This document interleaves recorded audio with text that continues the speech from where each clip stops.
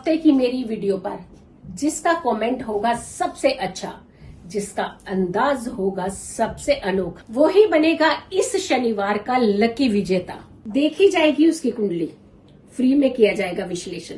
मेरी इस हफ्ते की सभी वीडियोस पर करना है आपको कमेंट और मैसेज पर भेज देनी है अपनी कुंडली की पूरी डिटेल। तो जानेंगे इस शनिवार लकी कौन। नमस्कार, मैं हूं आपकी अपनी लाइफ डिजाइनर आचार्य जीतू सिंह। गंगा दशहरा, पावन नाम और पावन ही उसके फल। यकीन मानिए, अगर कहा जाता है कि इस दिन आप जो रेमेडीज, दान और पुण्य की बात करते हैं तो आपको सीधा सीधा फल मिलता है। यानी कष्टों से मुक्ति मिलती है, परेशानियों से मुक्ति मिलती है, एक नहीं कई सारी टेंशन से मुक्ति मिलती है आपको। इस दिन पवित्र नदी के स्नान करने चाहिए, गंगा जल डाल करके स्नान करने चाहिए, तीर्थ स्थलों पर जा करके स्नान करने चाहिए। काम, क्रोध, लोभ, मोह, मत्सर, ईर्ष्या, ब्रह्म हत्या, छल, कपट, परनिंदा, ऐसे कई कष्टों से घेरे में अगर आप हैं, उन सब से आप मुक्त हो सकते हैं। मात्र उपाय क्या करना है? आपने आराधना करनी है, दान पुण्य करना है और गंगा जल डाल करके स्नान करना है। इस समय जैसी स्थिति है तो बाहर निकलना बिल्कुल भी सही नहीं है।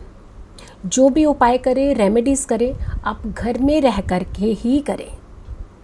आपके पास अगर पवित्र नदियों का जल है तो उससे स्नान कीजिएगा, लेकिन स्नान कीजिएगा सूर्य उदय से पहले का। 1 जून को जो गंगा दशहरा है, उसकी अगर कि हम तिथि की बात करते हैं तो 31 मई को जो तिथि लग रही है वो शाम को 5:36 पर लग रही है। और जो तिथि दशमी तिथि है, ज्येष्ठ शुक्ल पक्ष की दशमी तिथि में ही दशहरा मनाया जाता है, गंगा दशहरा मनाया जाता है।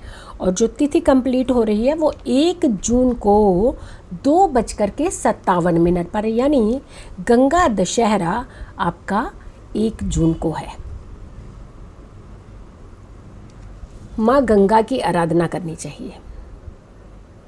मंत्रों के आप जाप कर सकते हैं। अगर कोई भी मंत्र का जाप आपको समझ में नहीं आता है तो ओम सर्वश्रेष्ठ मंत्र कहा जाता है, ओम की आराधना कर लीजिए। लेकिन जो विधि विधान की हम बात करते हैं वो आपको सुबह सूर्योदय से पहले ही उठना है। स्नान आपको सूर्योदय से पहले का ही लेना है। और तो और आपने पूरे घर में गंगा जल का छिड़काव करना है। अगर आपके घर में कोई रोगी व्यक्ति है, उससे आप ज़रूर गंगा जल का सेवन भी कराएं और साथ के साथ स्नान भी करवाएं। छोटे बच्चों को भी स्नान कराना अति उत्तम माना जाता है।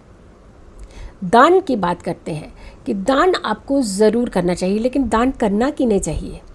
जिनके पेट ऑलरेडी भरे हुए हैं उन्हें क्या दान करेंगे आप? वो लगेगा भी क्या कि उन्होंने उठा करके तो किसी और को दे देना है। तो दान हमेशा ऐसे व्यक्तियों को करना चाहिए कि जिन्हें वाकई ही घर में ज़रूरत है। अन्न और धन, इसका दान करना चाहिए। और जब भी आप दान दें, ये देख लीजिए, दान देने का एक तरीका है। जब भी किसी भी समय आप ये दान दे सकते हैं, 2:57 से पहले पहले दान करना है। एक तो आपने ये विधि ध्यान है, और दूसरा आपने ये करना है कि जो नीडी व्यक्ति हैं, जिन्हें वाकई ही ज़रूरत है अन्न और धन की, उन्हें आप दान दीजिएगा। लेकिन जब भी आप दान दें, पूरी सामग्री के ऊपर गंगा जल का छिड़काव करके ही दान दें। आपका भी भला और जिसे आप ये सामग्री दे रहे हैं उसका भी भला। एक तो आपने इस उपाय को ज़रूर करना है। माँ गंगा की आराधना करनी है। ओम गंग गणपते नमः, इस मंत्र का भी जाप ज़रूर करना है।